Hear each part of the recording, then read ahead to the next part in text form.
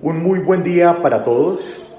Nos volvemos a encontrar a través de estos medios virtuales para hablar el día de hoy de un tema muy importante como es la normalización tributaria de otros temas de sumo interés en esta época. Y les hablo de esta época porque hemos recibido muchas consultas en nuestra firma debido a que estamos en época de presentación de las declaraciones de renta para personas naturales, las cuales empezaron el día de ayer, 11 de agosto, y se extienden hasta el próximo 21 de octubre de este año. Y hay muchas inquietudes en torno a temas como impuesto de normalización tributaria, declaración de activos en el exterior y otros. Y es por eso que por petición de nuestros clientes y de algunos empresarios de nuestra ciudad, hemos incentivado en nuestra firma poder producir este material para hacer claridad de algunos conceptos y que sea de mucha ayuda para todos ustedes.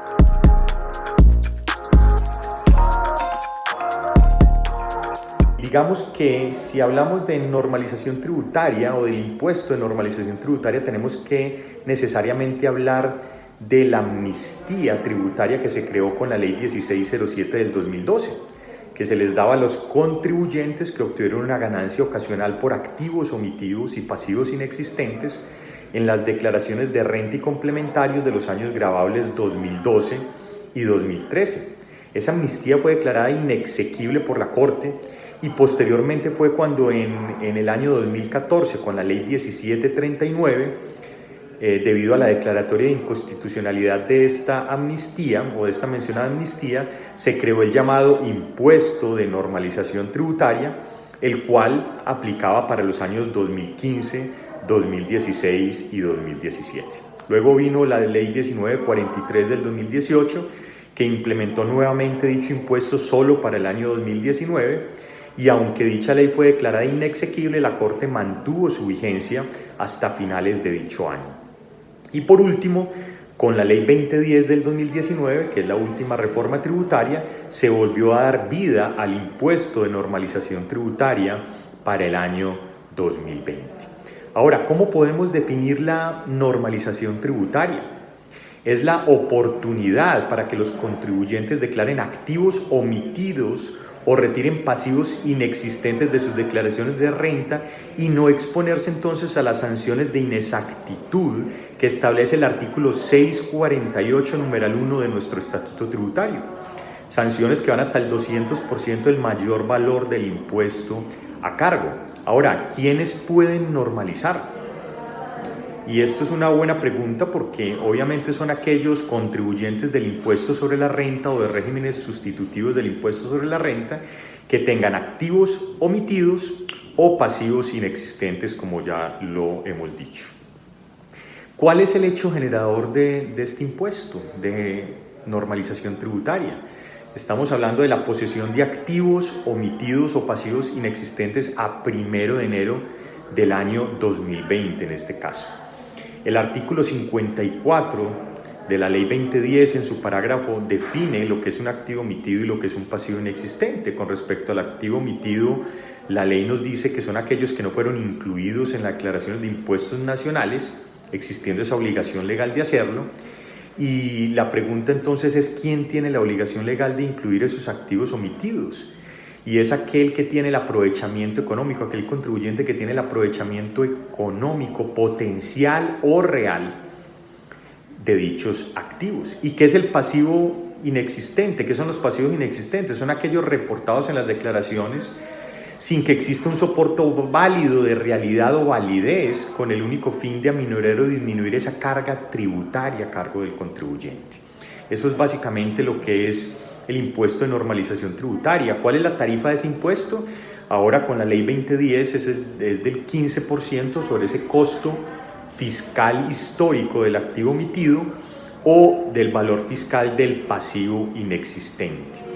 Hay que también tener en cuenta que cuando los contribuyentes tomen como base gravable el valor de mercado de ese activo omitido del exterior y antes del 31 de diciembre del 2020 repatrien efectivamente esos recursos omitidos del exterior a Colombia y los inviertan, como dice la norma, con vocación de permanencia en el país, la base gravable corresponderá al 50% de dichos recursos omitidos, es decir, la tarifa queda al 7.5%. ¿Cuáles son los efectos de este impuesto de normalización tributaria? Pues obviamente no habrá lugar a la comparación patrimonial ni a renta líquida gravable por concepto de declaración de activos omitidos o pasivos inexistentes, tampoco existirá la acción penal.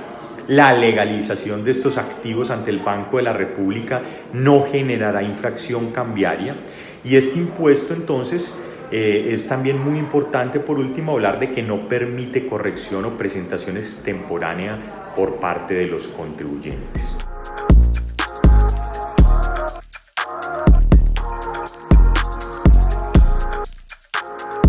Si bien es cierto, esta pregunta se refiere más a fechas, sabemos que es hasta el 25 de septiembre la obligación de declarar, liquidar y pagar este impuesto de normalización tributaria. Es muy importante que también esta pregunta nos sirva para determinar cuándo estoy obligado legalmente para presentar este impuesto de normalización tributaria. Esto es muy importante, si bien es cierto, ya lo hemos mencionado. Para efectos prácticos, si yo dentro de mi patrimonio ya tengo declarado un activo que he adquirido en el exterior y tengo trazabilidad de esos pagos realizados para adquirir el mismo, mi obligación no es normalizar, sino informar a la DIAN a través de otro mecanismo como es la declaración de activos en el exterior, a través de un formulario que ha sacado la DIAN, que es el formulario 160. Esa declaración de activos es informativa y debe ser presentada por las personas naturales y sucesiones ilíquidas residentes, obviamente, y pertenecientes al régimen ordinario, que al 1 de enero de cada año posean activos en el exterior de cualquier naturaleza. Esa declaración de activos, recuerden que fue creada con la Ley 1739 del 2014, la última reforma tributaria con la Ley 2010 del 2019, también nos trae esta figura de la declaración de activos en el exterior, y nos trajo una modificación en el sentido de que solo es aplicable cuando el valor patrimonial de esos activos poseídos al 1 de enero de cada año sea superior a las 2.000 VTs.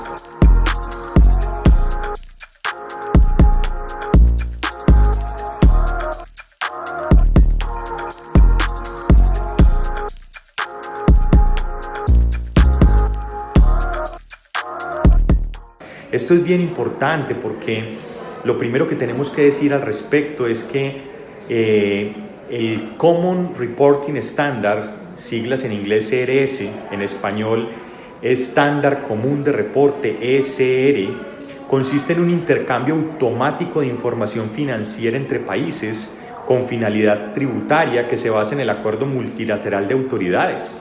Eso no quiere decir más que estos CRS fueron aprobados por el Consejo de la OCDE en el 2014 y fue firmado por 51 países y jurisdicciones en esa época, y hoy en día ya hay muchos más países y jurisdicciones que se han sumado. En otras palabras, lo que está pasando entonces es que vamos hacia la transparencia fiscal a nivel mundial, y esto significa que ya está llegando información de todo lo que usted esté comprando, o todos los activos o todas las inversiones que usted haga a nivel internacional. Ya le está llegando a nuestro país esa información, y eso fue precisamente lo que ha pasado en Colombia. En Colombia ya se han recibido información de otras jurisdicciones.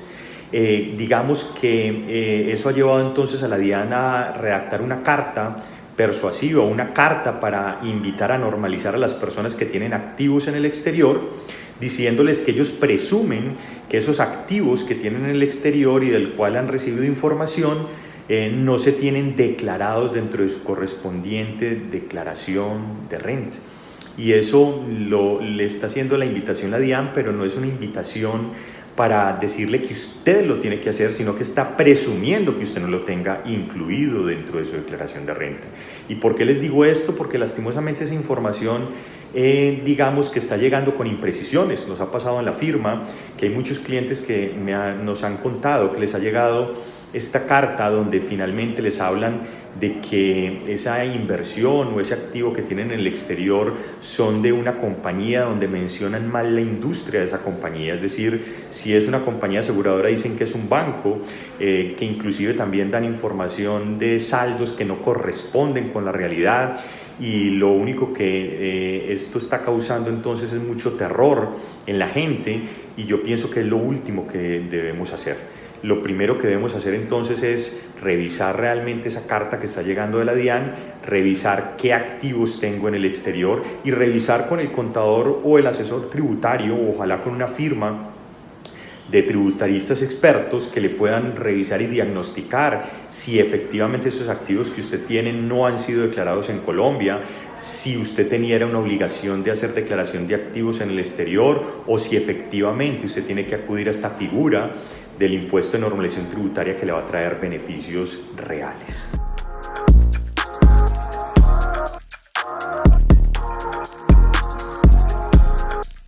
Si bien es cierto, el artículo 54 de la Ley 2010 en su parágrafo nos define lo que es un activo omitido, un pasivo inexistente. Para efectos prácticos, los activos omitidos son aquellos bienes muebles o inmuebles, dinero efectivo, cuentas bancarias, CDTs, inversiones y demás que los declarantes de renta ocultan o no revelan en su correspondiente declaración tributaria.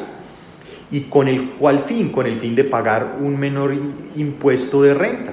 ¿Y cuáles son los pasivos inexistentes desde el punto de vista práctico? Pues todas aquellas obligaciones o deudas que realmente no son adquiridas por el declarante o por el contribuyente, pero que lo incluyen, lo informan en la declaración de renta, obviamente con cuál fin, con disminuir el patrimonio bruto y a su vez obtener entonces un menor patrimonio líquido para disminuir la base para calcular el impuesto de renta.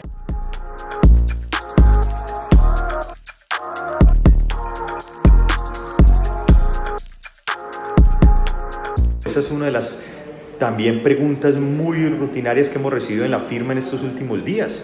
Y es importante que entendamos que cuando usted está haciendo un pago de un seguro al exterior, de una compañía que no es nacional, una compañía no colombiana, una compañía en el exterior de seguros, lo que ha dicho la DIAN en reiteradas ocasiones y en reiterados conceptos es que cuando estas pólizas de seguros de vida conllevan un ahorro a futuro, mientras las mismas no se rediman, pues no se consideran un activo. Pero dice la DIAN que sí tiene un valor patrimonial de conformidad con lo establecido en el artículo 271 del Estatuto Tributario, que dice que el valor de las cédulas de capitalización y de las pólizas de seguro de vida es el de rescisión. ¿Eso qué significa? Eso significa entonces que sí se debe considerar ese tipo de pólizas de seguro, deben ser declaradas por su valor patrimonial y más puntualmente por el valor de rescisión. En otras palabras, usted debe de aplicarle a ese valor efectivo de ahorro que le da la compañía aseguradora en el exterior, ese saldo que usted tiene a 31 de diciembre de cada año fiscal, le debe quitar el valor de rescate o la penalidad que le aplica la compañía por redimir anticipadamente esa póliza, y ese es el valor diferencial cada año que usted tiene que declarar. Entonces, ojo con esto, porque si usted está haciendo un pago de un seguro en una compañía del exterior y es una póliza total, como se discrimina dentro del ámbito de seguros, existen seguros temporales, seguros de vida universal y seguros dotales. En estos dotales hay una acumulación de ahorro y son estas pólizas las que exigen entonces que usted sí esté declarando ese valor patrimonial de estas pólizas.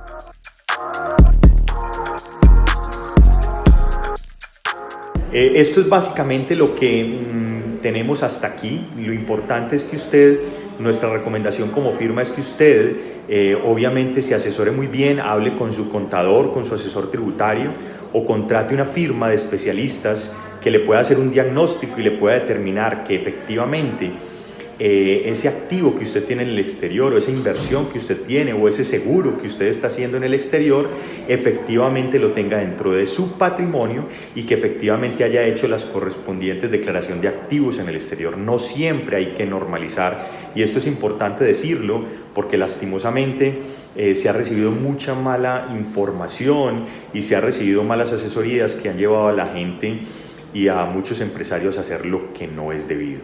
De esta forma, entonces, como firma queremos contribuir con este material para que ustedes tengan claridad de algunos puntos que hemos mencionado, y obviamente para todos nuestros clientes estamos a disposición. Ramírez Castaño Abogados, su firma también dentro del grupo RC Contable, con los contadores y los tributaristas de nuestro grupo, queremos simplemente apoyarles y hacer un estudio y un diagnóstico juicioso para que usted sepa exactamente qué es lo que tiene que hacer.